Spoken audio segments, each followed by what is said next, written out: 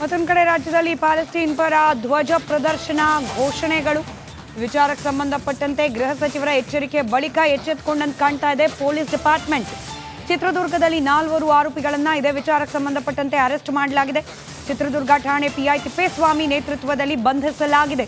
ಕೊಪ್ಪಳದಲ್ಲಿ ಬ್ಯಾನರ್ ಹಾಕಿದ್ದ ಇಬ್ಬರ ಮೇಲೆ ಕೇಸ್ ಕೂಡ ದಾಖಲಾಗಿದೆ. ಅಲ್ತಾಫ್ ಹುಸೇನ್, ಖಾಜಾ ಪಾಷಾ ಇಬ್ಬರ ವಿರುದ್ಧ ಕೇಸ್ ದಾಖಲಾಗಿರೋದು.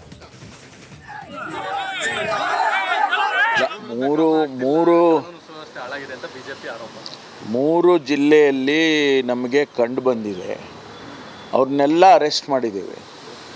ಅವ್ರು ಹೇಳೋದೇನು ಅಂದರೆ ಗೌರ್ಮೆಂಟ್ ಆಫ್ ಇಂಡಿಯಾದವರೇ ಪ್ಯಾಲೆಸ್ಟೈನಿಯನ್ಗೆ ನಾವು ಸಪೋರ್ಟ್ ಮಾಡ್ತೀವಿ ಅಂತ ಹೇಳಿಕೆ ಕೊಟ್ಟಿದ್ದಾರೆ. ಅದರಲ್ಲಿ ತಪ್ಪೇನು ಅಂತೇಳಿ ಅವರ ಆರ್ಗ್ಯುಮೆಂಟ್ ಇದೆ. ಆದರೂ ಕೂಡ ನಾವು ಅವ್ರನ್ನ ಅರೆಸ್ಟ್ ಮಾಡಿದ್ದೀವಿ. ಯಾರು ಈ ಸಂದರ್ಭದಲ್ಲಿ ನಿಮಗೆ ಪ್ರಚೋದನೆ ಮಾಡಿ ಈ ಬಾವುಟ ಆರಿಸ್ಬೇಕು ಅಂತ ಹೇಳಿದರು ಅಂತೇಳಿ ಅದನ್ನೆಲ್ಲ ತನಿಖೆ ಮಾಡ್ತಾಯಿದ್ದೀವಿ. ಎಲ್ಲ ಚಿಕ್ಕ ಹುಡುಗರು 17, 18, 20 ವರ್ಷದ ಹುಡುಗರಿಗೆ ಇದನ್ನು ಇನ್ಸ್ಟಿಗೇಟ್ ಮಾಡಿದ್ದಾರೆ ಅಂತ ಹೇಳಿ ಅವ್ರನ್ನ ಅರೆಸ್ಟ್ ಮಾಡಿ. ಮತ್ತೊಂದು ಕಡೆ ರಾಜ್ಯದಲ್ಲಿ ಪ್ಯಾಲೆಸ್ಟೈನ್ ಪರ ಧ್ವಜ ಪ್ರದರ್ಶನ ಘೋಷಣೆಗಳು ವಿಚಾರಕ್ಕೆ ಸಂಬಂಧಪಟ್ಟಂತೆ ಗೃಹ ಸಚಿವರ ಎಚ್ಚರಿಕೆ ಬಳಿಕ ಎಚ್ಚೆತ್ತುಕೊಂಡಂತೆ ಕಾಣ್ತಾ ಇದೆ ಪೊಲೀಸ್ ಡಿಪಾರ್ಟ್ಮೆಂಟ್. ಚಿತ್ರದುರ್ಗದಲ್ಲಿ 4 ಆರೋಪಿಗಳನ್ನು ಇದೇ ವಿಚಾರಕ್ಕೆ ಸಂಬಂಧಪಟ್ಟಂತೆ ಅರೆಸ್ಟ್ ಮಾಡಲಾಗಿದೆ. ಚಿತ್ರದುರ್ಗ ಠಾಣೆ ಪಿಐ ತಿಪ್ಪೇಸ್ವಾಮಿ ನೇತೃತ್ವದಲ್ಲಿ ಬಂಧಿಸಲಾಗಿದೆ. ಕೊಪ್ಪಳದಲ್ಲಿ ಬ್ಯಾನರ್ ಹಾಕಿದ್ದ ಇಬ್ಬರ ಮೇಲೆ ಕೇಸ್ ಕೂಡ ದಾಖಲಾಗಿದೆ. ಅಲ್ತಾಫ್ ಹುಸೇನ್, ಖಾಜಾ ಪಾಷಾ ಇಬ್ಬರ ವಿರುದ್ಧ ಕೇಸ್ ದಾಖಲಾಗಿರೋದು.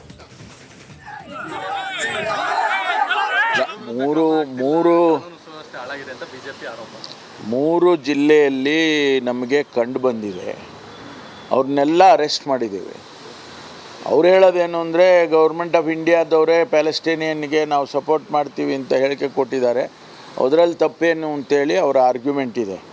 ಆದರೂ ಕೂಡ ನಾವು ಅವ್ರನ್ನ ಅರೆಸ್ಟ್ ಮಾಡಿದ್ದೀವಿ. ಯಾರು ಈ ಸಂದರ್ಭದಲ್ಲಿ ನಿಮಗೆ ಪ್ರಚೋದನೆ ಮಾಡಿ ಈ ಬಾವುಟ ಆರಿಸ್ಬೇಕು ಅಂತ ಹೇಳಿದರು ಅಂತೇಳಿ ಅದನ್ನೆಲ್ಲ ತನಿಖೆ ಮಾಡ್ತಾಯಿದ್ದೀವಿ. ಎಲ್ಲ ಚಿಕ್ಕ ಹುಡುಗರು 17, 18, 20 ವರ್ಷದ ಹುಡುಗರಿಗೆ ಇದನ್ನು ಇನ್ಸ್ಟಿಗೇಟ್ ಮಾಡಿದ್ದಾರೆ ಅಂತ ಹೇಳಿ ಅವ್ರನ್ನ ಅರೆಸ್ಟ್ ಮಾಡಿ. ಈ ಬಾರಿ ಅನೇಕ ಕಡೆಗಳಲ್ಲಿ ಗಣೇಶ ವಿಸರ್ಜನೆ ಸಂದರ್ಭದಲ್ಲಿ ಡಿಜೆಗೆ ಅವಕಾಶ ಇರಲಿಲ್ಲ. ಎಲ್ಲೆಲ್ಲಿ ಇತ್ತು ಅವಕಾಶಗಳು, ಪರ್ಮಿಷನ್, ಅಲ್ಲೆಲ್ಲ ಈ ರೀತಿಯಾದ ಸಂಭ್ರಮ ಸಡಗರ. ಮತ್ತೊಂದು ಕಡೆ ರಾಜ್ಯದ ಅನೇಕ ಕಡೆಗಳಲ್ಲಿ ಇದೀಗ ವಿಚಿತ್ರವಾದ ಪ್ಯಾಲೆಸ್ಟೈನ್ ಪ್ರೀತಿ, ಪ್ಯಾಲೆಸ್ಟೈನ್ ಪರವಾದ ಘೋಷಣೆಗಳು, ಆ ಧ್ವಜವನ್ನ ಹಿಡಿದು ಬೈಕ್ನಲ್ಲಿ ರ್ಯಾಲಿ ಮಾಡೋದು, ಈ ರೀತಿಯ ಘಟನೆಗಳು ವರದಿ ಆಗ್ತಾ ಇದೆ. ದಾವಣಗೆರೆಯಲ್ಲಿ ಹಿಂದೂ ಸಂಘಟನೆಗಳು ಇದನ್ನ ಖಂಡಿಸಿ ಪ್ರತಿಭಟನೆ ಮಾಡಿವೆ. ನಾಗಮಂಗಲ ಗಲಭೆ, ಪ್ಯಾಲೆಸ್ಟೈನ್ ಧ್ವಜ, ಈ ವಿಚಾರಕ್ಕೆ ಕಿಡಿಕಾರಿದ್ದಾರೆ ಹಿಂದೂಪರ ಸಂಘಟನೆಯ ಸದಸ್ಯರು. ವೀರಲಿಂಗೇಶ್ವರ ದೇವಸ್ಥಾನದಿಂದ ಮೆರವಣಿಗೆ ನಡೆಸಿ ಎಸಿ ಕಚೇರಿ ಮುಂದೆ ರಸ್ತೆ ತಡೆ ನಡೆಸಿ ಆಕ್ರೋಶವನ್ನ ಹೊರಹಾಕಿದ್ದಾರೆ. ಹಳೆ ಬಿಪಿ ರಸ್ತೆಯಲ್ಲಿ ವಾಹನಗಳನ್ನು ತಡೆದು ಕೂಡ ಪ್ರತಿಭಟನೆಯನ್ನ ಮುಂದುವರೆಸಿದ್ದಾರೆ.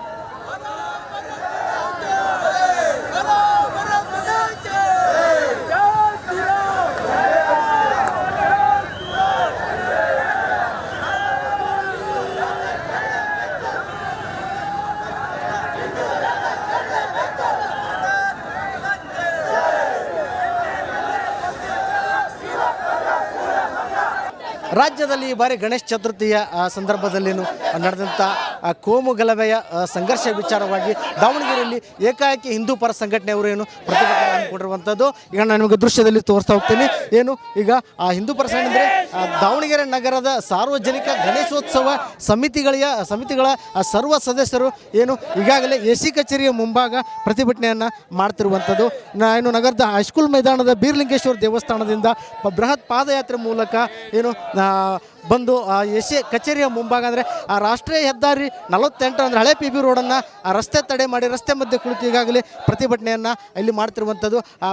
ವಿವಿಧ ಘೋಷಣೆಗಳ ಬ್ಯಾನರ್ಗಳನ್ನು ಕೈಲಿ ಹಿಡಿದು ಈಗಾಗಲೇ ಅವರು ಪ್ರತಿಭಟನೆ ಮಾಡ್ತಿದ್ದಾರೆ. ಅನ್ಯ ರಾಷ್ಟ್ರದ ಧ್ವಜ ಪ್ರದರ್ಶನ ಮಾಡಿದ್ರೆ ಇತ್ತೀಚೆಗೆ ಮೊನ್ನೆ ಕಳೆದಂದು ಕೋಲಾರ ಇರ್ಬೋದು, ಚಿಕ್ಕಮಗಳೂರು ಇರ್ಬೋದು, ದಾವಣಗೆರೆ, ಚಿತ್ರದುರ್ಗ ಸೇರಿದಂತೆ ಕೆಲವೆಡೆ ಪ್ಯಾಲೆಸ್ಟೈನ್ ಬಾವುಟ ಇರುವಂಥ ಅದರ ಸಿಂಬಾಲನ್ನು ಬಳಸಿ ರಾಷ್ಟ್ರ ದ್ರೋಹದ ಕೆಲಸವನ್ನು ಮಾಡಿದ್ದಾರೆ ಅನ್ನುವಂಥ ಒಂದು ಧಿಕ್ಕಾರದ ಬೋರ್ಡ್ಗಳನ್ನು ಸಹ ಹಿಡ್ಕೊಂಡು ಆಕ್ರೋಶವನ್ನು ಹೊರಹಾಕ್ತಾ ಇದ್ದಾರೆ. ಏನು ಪ್ರತಿಭಟನೆ ವಿಚಾರ ಏನು ಸರ್ ಇದು? ಏನು ನಾಗಮಂಗಲದಲ್ಲಿ ನಡೆದಿರುವಂಥ ಗಲಭೆ, ನಾಗಮಂಗಲದಲ್ಲಿ ಗಣೇಶೋತ್ಸವದ ಮೇಲೆ ನಡೆದಿರುವಂಥ ಗಲಭೆ ಹಾಗೂ ಪಾಂಡವಪುರದಲ್ಲಿ ಸಂಘದ ಆಫೀಸ್ಗೆ ನುಗ್ಗಿರುವಂಥ ವಿಷಯವನ್ನು ಕುರಿತು, ಹಾಗೆ ವಿಶೇಷವಾಗಿ ಚಿಕ್ಕಮಗಳೂರು ಮತ್ತು ಚಿತ್ರದುರ್ಗದಲ್ಲಿ ಪ್ಯಾಲೆಸ್ತೈನ್ ಬಾವುಟವನ್ನು ಆರಿಸಿರುವಂಥ ಮತಾಂಧರ ವಿರುದ್ಧವಾಗಿ ದಾವಣಗೆರೆಯಲ್ಲಿ ಏನು ಪ್ಯಾಲೆಸ್ತೈನಿನ ಸ್ಟಿಕ್ಕರ್ಗಳನ್ನು ಎದೆ ಮೇಲೆ ಹಚ್ಕೊಂಡು ಅಡ್ಡಾಡ್ತಿರುವಂಥ ಜಿಹಾದಿಗಳ ವಿರುದ್ಧವಾಗಿ ನಾವಿವತ್ತು ಹಿಂದೂ ಸುರಕ್ಷತೆಗೋಸ್ಕರ ನಾವೆಲ್ಲರೂ ಇದ್ದೀವಿ ಅನ್ನೋ ಒಂದು ವಾತಾವರಣವನ್ನು ರೂಪಿಸಲಿಕ್ಕೋಸ್ಕರ ಸರ್ಕಾರಕ್ಕೆ ಎಚ್ಚರಿಕೆ ಕೊಡಲಿಕ್ಕೋಸ್ಕರ ಇವತ್ತೇನು ಬಾಂಗ್ಲಾದಿಂದ ಬಂದಿರುವಂಥ ಬಾಂಗ್ಲಾ ಉಗ್ರವಾದಿಗಳು ನಮ್ಮ ಕರ್ನಾಟಕದಲ್ಲಿ ನೆಲೆ ನೀಡಾಗಿದ್ದಾರೆ. ನಮ್ಮ ಕರ್ನಾಟಕ ಸರ್ಕಾರ ಇವತ್ತು ಅದನ್ನು ಲೆಕ್ಕಿಸದೆ ತನ್ನ ಕೇವಲ ರಾಜಕೀಯ ಮೇಲಾಟಗಳನ್ನು ಮಾಡ್ತಾ ಕಾಲ ಕಳೀತಾ ಇದೆ. ಇವತ್ತು ಆಂತರಿಕ ಭದ್ರತೆಯ ವಿಚಾರವಾಗಿ ಕರ್ನಾಟಕದಲ್ಲಿ ಭಾಳ ಹಿಂದುಳಿದಿದ್ದೀವಿ. ಇದನ್ನು ಖಂಡಿಸಿ ನಾವು ಇವತ್ತು ಉಗ್ರವಾದ ಹೋರಾಟವನ್ನು ಮಾಡ್ತಾ ಇದ್ದೀವಿ. ಕೇವಲ ನಾವಷ್ಟೇ ಅಲ್ಲ, ಇಡೀ ಹಿಂದೂ ಸಮಾಜ ನಮ್ಮ ಜೊತೆ ಬಂದು ನಿಂತ್ಕೊಂಡಿದೆ. ಈಗ ಮಾಜಿ ಶಾಸಕರಂತ ಮೈಕೊಂಡ ಕ್ಷೇತ್ರದ ಮಾಜಿ ಶಾಸಕರಂತ ಬಸವರಾಜ ನಾಯಕ್ ಅವರು ಸಹ ಇದ್ದಾರೆ. ಸೊ ಅವ್ರನ್ನೂ ಮಾತಾಡ್ತಾ ಹೋಗ್ತಾನೆ. ಸರ್, ಏನು ಸಡನ್ನಾಗಿ ಪ್ರತಿಭಟನೆ ಹಮ್ಮಿಕೊಂಡಿರೋಂಥದ್ದು ಸರ್, ಏನೇನು ವಿಚಾರಗಳು? ಕರ್ನಾಟಕ ರಾಜ್ಯದಲ್ಲಿ ವಿಘ್ನೇಶ್ವರ ಹಿಂದೂ ದೇವರ ಬಂಧಿಸಿ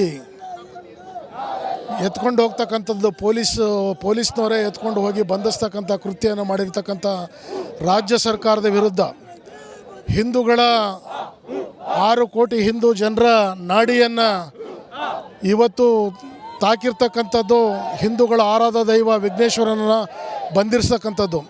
ಪ್ರತಿ ಸಲನೂ ಕೂಡ ಹಿಂದೂಗಳ ಗಣಪತಿ ಉತ್ಸವವನ್ನು ತಡೆಗಟ್ಟತಕ್ಕಂಥ ಕೆಲಸವನ್ನು ಮುಸ್ಲಿಂ ಜನಾಂಗದವರು ಮಾಡ್ತಿರ್ತಕ್ಕಂಥದ್ದು ಖಂಡನೀಯ. ನಮಸ್ಕಾರ, ಕರ್ನಾಟಕ ಪ್ರೈಮ್ ಟೈಮ್ಗೆ ಸ್ವಾಗತ. ನಾನು ಜಯಪ್ರಕಾಶ್ ಶೆಟ್ಟಿ. ಇಡೀ ಕರ್ನಾಡು ಇವತ್ತು ರೆಬೆಲ್ ಆಗಿ ನಿಂತಿದೆ.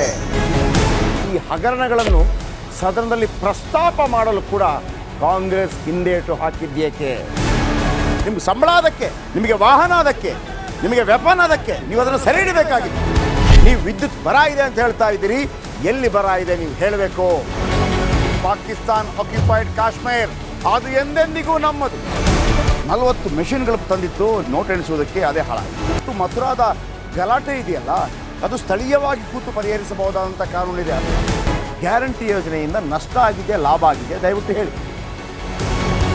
Dawood Ibrahim most wanted criminal ಯಾವಾಗಾದ ಅಂದರೆ ಇಲ್ಲಿ ತನಕ ಭಾರತ ದೇಶದಲ್ಲಿ ಓರ್ವ ದಲಿತ ಪ್ರಧಾನಿಯಾದಂಥ ಇತಿಹಾಸವೇ ಇಲ್ಲ.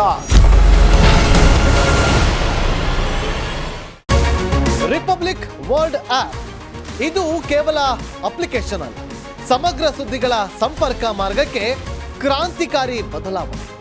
ರಿಪಬ್ಲಿಕ್ ವರ್ಲ್ಡ್ ಆಪ್ ಕೇವಲ ಸುದ್ದಿ ಅಪ್ಲಿಕೇಶನ್ ಅನ್ನ ಪರಿಚಯ ಮಾಡ್ತಾ ಇಲ್ಲ, ಬದಲಾಗಿ ಡಿಜಿಟಲ್ ಸುದ್ದಿ ಬಳಕೆಯ ಹೊಸ ಯುಗಕ್ಕೆ ನಾಂದಿ ಹಾಡ್ತಾ ಇದೆ. ಇದೊಂದು ಬ್ರೇಕಿಂಗ್ ನ್ಯೂಸ್, ಪ್ರಭಾವಶಾಲಿ ಕಾರ್ಯಕ್ರಮಗಳಿಗೆ ಗಟ್ಟಿಯಾದ ವೇದಿಕೆ. ರಿಪಬ್ಲಿಕ್ ವರ್ಲ್ಡ್ ಅಪ್ಲಿಕೇಶನ್ ಈಗ ಲೈವ್ ಆಗಿದೆ. ಗೂಗಲ್ ಪ್ಲೇ ಸ್ಟೋರ್ ಮತ್ತು ಆಪಲ್ ಆಪ್ ಸ್ಟೋರ್ ಎರಡರಲ್ಲೂ ಲಭ್ಯವಿದೆ. ಈಗಲೇ ಡೌನ್ಲೋಡ್ ಮಾಡಿ.